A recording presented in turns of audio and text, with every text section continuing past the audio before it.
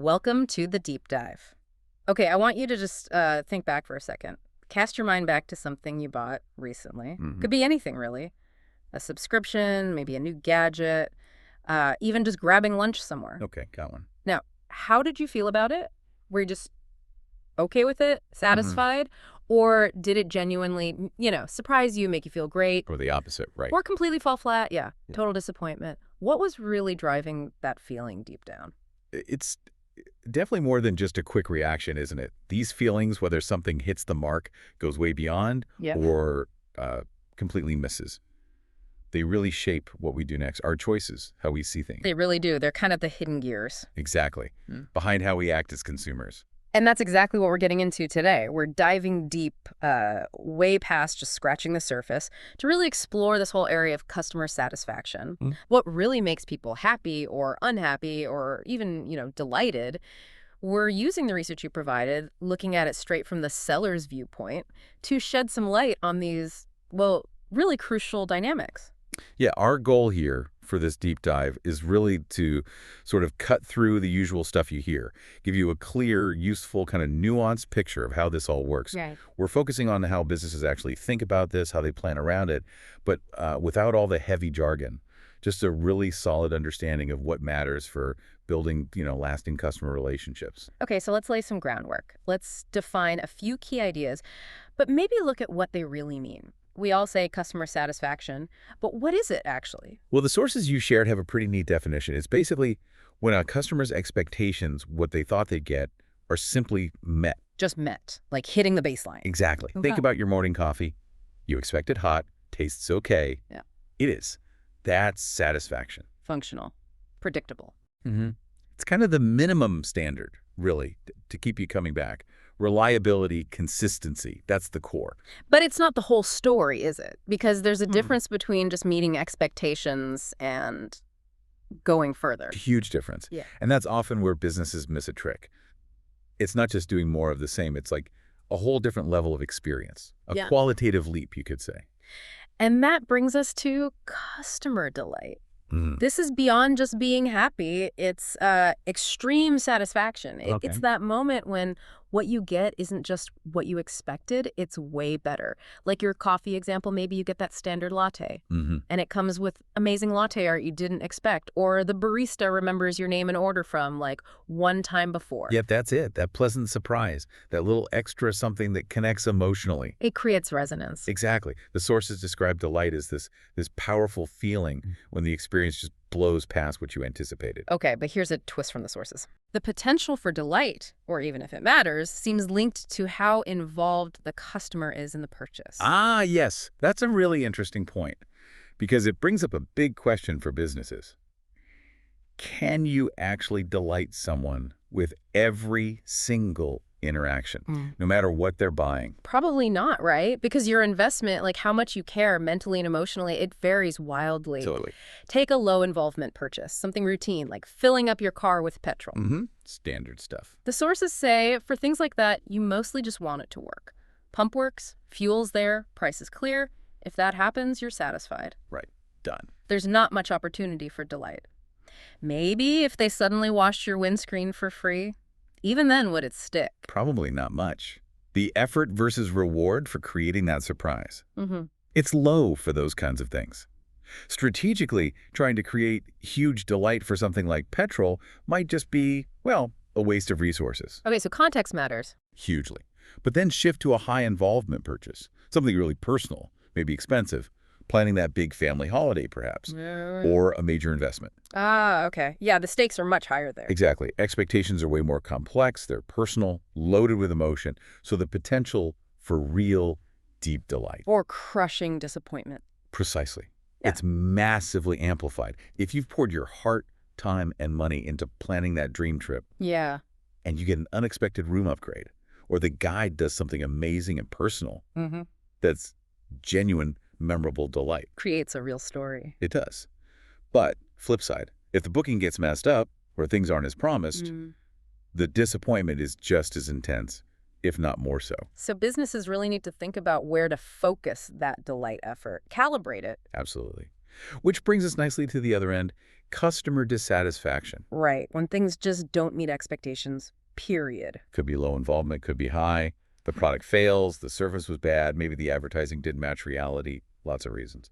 And it's not all the same level of unhappy, is it? No, it ranges. Mild annoyance right through to, actively telling people not to use you.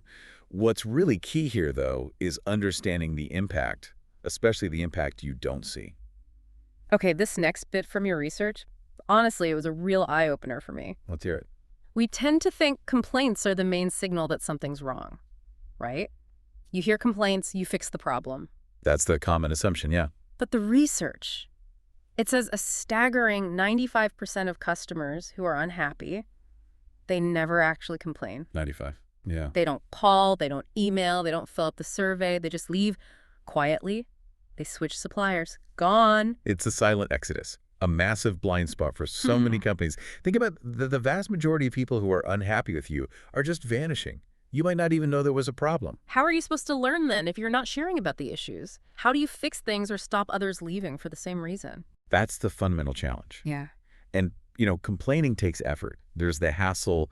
Maybe you feel it won't make a difference anyway. The emotional energy. Right. Yeah. For a lot of people, it just feels easier to walk away Yeah. than to go through all that. It's like this invisible problem growing underground, and the knock-on effect for word of mouth.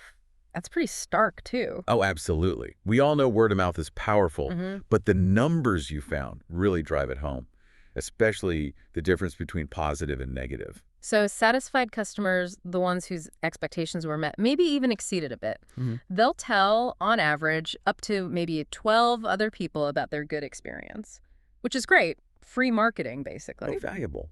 Organic reach. But here's the kicker. The negative side. The negative side has way more punch.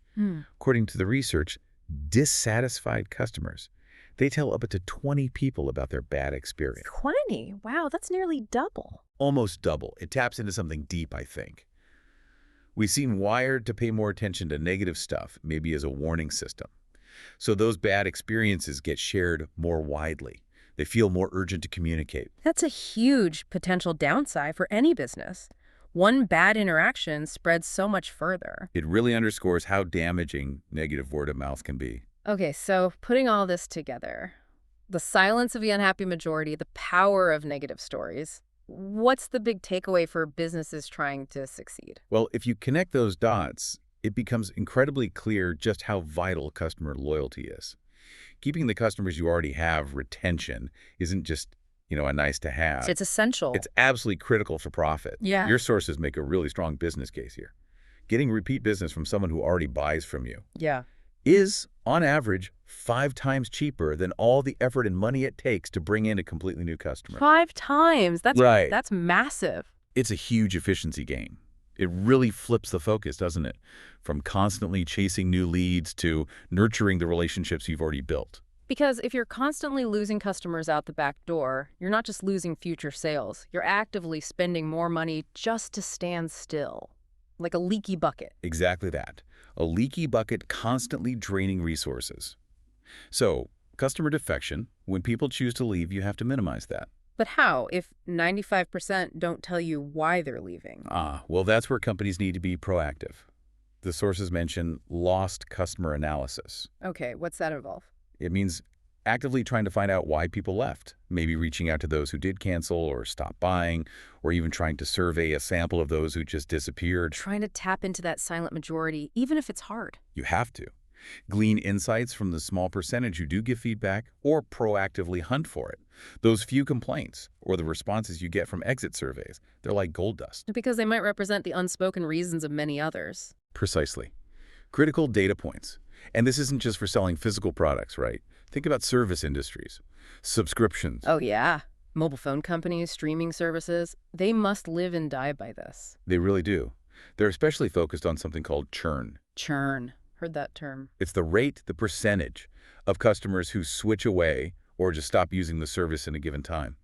It's incredibly expensive for them. Because they constantly have to replace the ones who leave. Exactly. Their whole model is about growing the base, keep who you have, add new ones, not just treading water by replacing defectors.